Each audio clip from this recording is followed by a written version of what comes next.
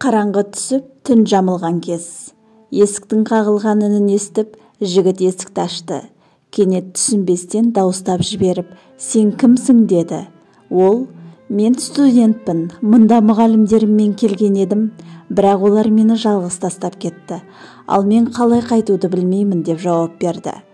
Жігіт болса, «Сен халық көшіп кеткен аймақтасың. Сенің барар ауылың оңтүстік жағында, ал сен солтүстік аймағындасың.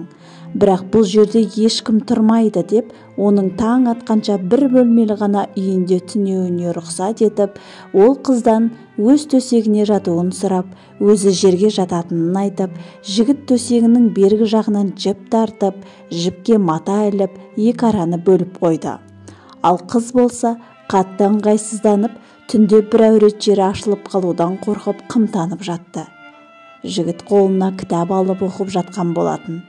Кенет кітапты жанына қоя салып, алдындағы жанып тұрған шамға бас бармағын біраз уақыт күйдіре ұстап тұрды.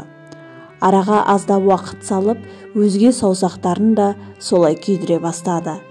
Қыз қымтана, дыбыс шығармай, көзіне жас алып, шариғат талаптарына қайшы іс-әрекеттер болмауын тілеп қорқып жатты. Екеуі де түні бойы көз ілмеді. Таң атысымен жігіт қызды ауылына апарып салды. Қыз жігітпен болған оқиғаны әке-шешесіне бұлжытпай айтып берді. Бірақ оған әкесі қызының халін көріп сеніңкіремеді. Қыз түндегі қатты қорқыныштан ауырып қалған еді. Ертеңіне әкесі сол ауылға барып жігітке жол көрсетуін сұрап барады.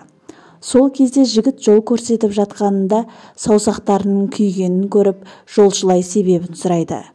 Жігіт, «Кеше бір сұлу қыз келген еді. Түнде менің бөлмемде қонған болатын. Екеуміз ғана болғандықтан, екеудің үшіншісі шайтан болады дегендей, түнде шайтан азғарды. Мен азғыруы қатты күшейген кезде тозақтың отын есіме алу үшін саусағымды күйдіріп, нәпсімді тежеп отырдым. Саусағымның күйгенінен гөрі мен үшін сол қыз жайлы ойлауым ауырлау қиын болды» деп болған қиссаны айтып берді.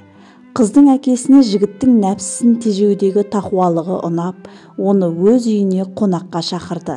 Сұлу қызын сол жігітке беріп, екеуін үйлендіруді мақсат етті. Расында ойланып қарасақ, бір түндік қарамыстың орнына бүкіл өмірі бойында адалдықты жеңіп алды. Аллах алдында ештеңеден құр қалмады. Аллах оған сол сынақтың сыйы ретінде, оған бұл дүниеде сол сұлу қызды мәңгілікке сыйлап қойды.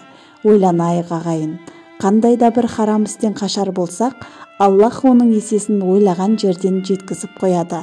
Аллах тағала Құранда, кім Аллахтан қорықса, оған бір шығар жол береді, және оған Аллах ойламаған жерден ризық береді делінген екен.